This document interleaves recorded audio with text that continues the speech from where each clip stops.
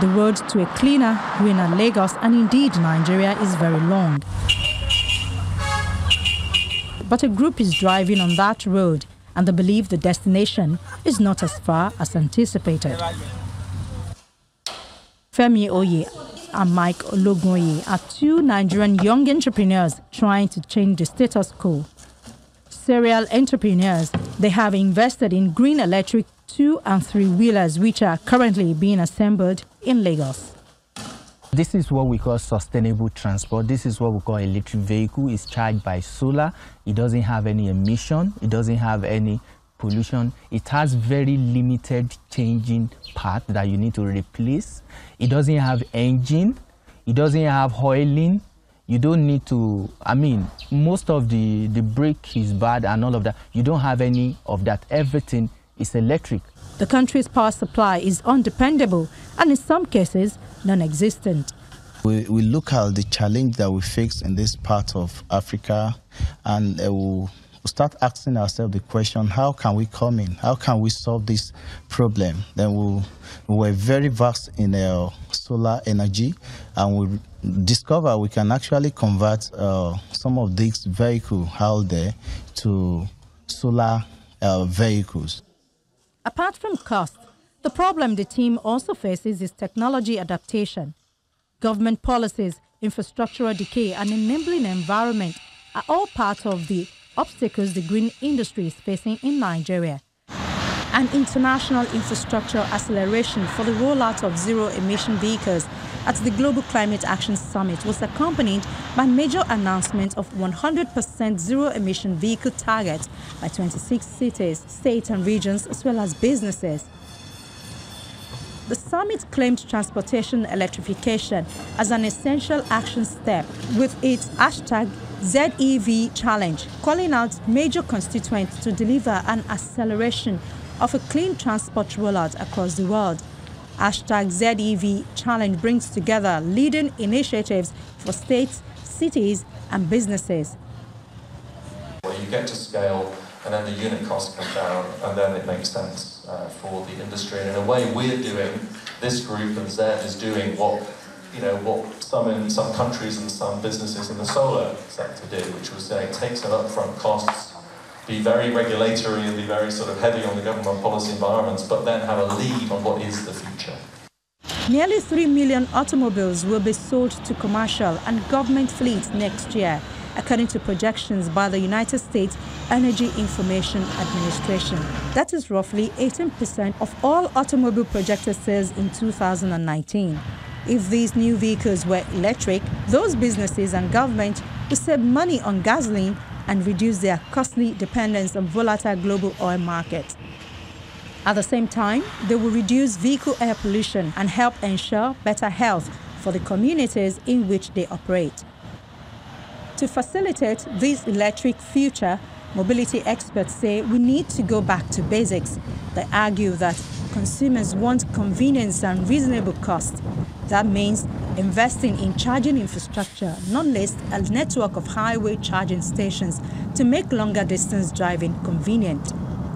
Canada all the way to Mexico on I-5 or Interstate 5. And I don't know how many times anyone's going to necessarily do that, but the idea that you can, because people don't buy cars for what I do all day, every day. It's for that one time I do want to drive from British Columbia all the way to Mexico. So we've got to make sure that that's filled in. And so being able to get the infrastructure out in ways where people with the imagination that they bring to cars and what they want the car to do for them, yes, it can absolutely fit that. And then also making sure that we have the infrastructure in places that I talked about a little bit in my remarks, which is where people are, where you're going already, where the car is going to be there for a couple hours when I go on a hike. It's going to be there for a few hours when I go to the beach. It's going to be there for a few hours at the movie theater. And just making sure that we really have the infrastructure in places where it's just easy. You don't have to worry about it. You show up. If you need a couple more miles, you can plug in. I think that's going to be the challenge, and making sure communities all around California and the world are kind of thinking about that, and where do we want that infrastructure in our community, and how do we just start getting it out there? One thing that is certain is that e-mobility can significantly contribute to reducing local air and noise pollution. The International Renewable Energy Agency's analysis indicate that if air pollution emissions from conventional vehicles were valued by their impact on human health and agricultural crops, external global costs from the use of fossil fuels in the transport sector will be in the range of $460 billion to $2.4 trillion per year, based on 2010 data. Bringing new partners together. So the digital sector, the grid, the utilities, the battery researchers, the manufacturers, the new manufacturers who might come in and disrupt the current. This is the set of, and then the charging stations, the local authorities, parking, motorway, the complexity of what it takes to make this kind of shift is much more than if you're just bringing in, hard as it was, solar panels or offshore wind. Or this is so economy-wide and multi-sector that the governments at all levels have to show the leadership to set the framework and say, this is happening, this is what we want. We've got local citizens buy into this. It's going to happen. So everybody needs to stop and think strategically about their part in this new story. Falling costs of electric vehicles and solar panels could halt worldwide growth in demand for oil and coal by 2020, a new report has suggested. A scenario that takes into account the latest cost reduction projections for the green technologies and countries' pledges to cut emissions finds that solar power and electric vehicles are game changers that could leave fossil fuels stranded. Polluting fuels could lose 10% of market share to solar power and clean cars within a decade. Currently, the transport sector is almost completely dependent on fossil fuels.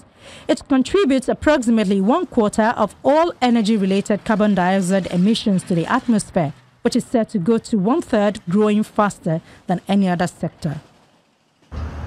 By 2035, electric vehicles could make up 35% of the road transport market and 2/3 by 2050, when it could displace 25 million barrels of oil per day. Under such a scenario, coal and oil demand could peak in 2020, while the growth in gas demand could be curtailed. It could also limit global temperature rises to between 2.4 degrees centigrade and 2.7 degrees centigrade, above pre-industrial levels.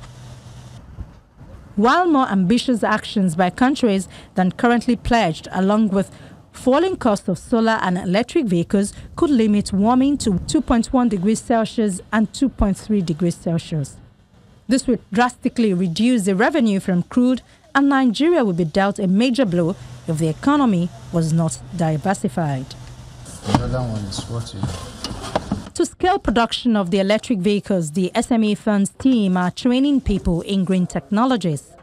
The government that is still thinking 30 years backwards, when we need to begin to look at how we want to get position and take advantage of this era, whereby we have huge populations in Nigeria that are youth.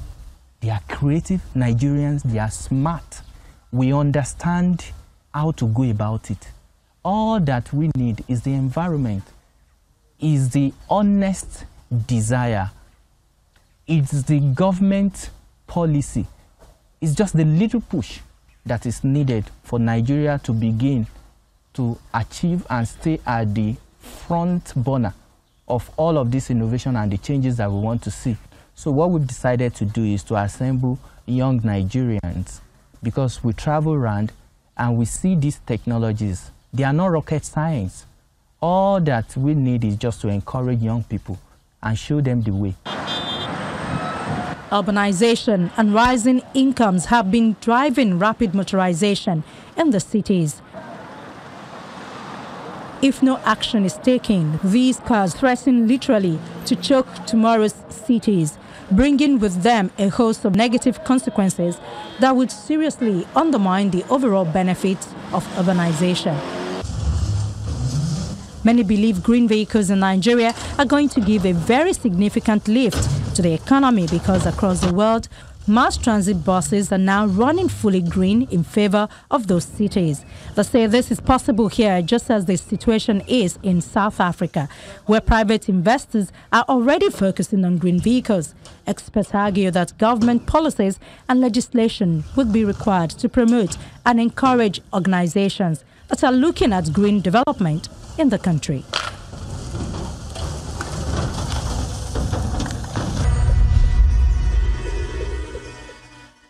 That's our program for the day. Thank you for watching. Our inbox file at channelstv.com is available for comments and questions. You can also follow me on Twitter from me, Ayola Kasim, and the file crew here in Lagos. It's bye for now.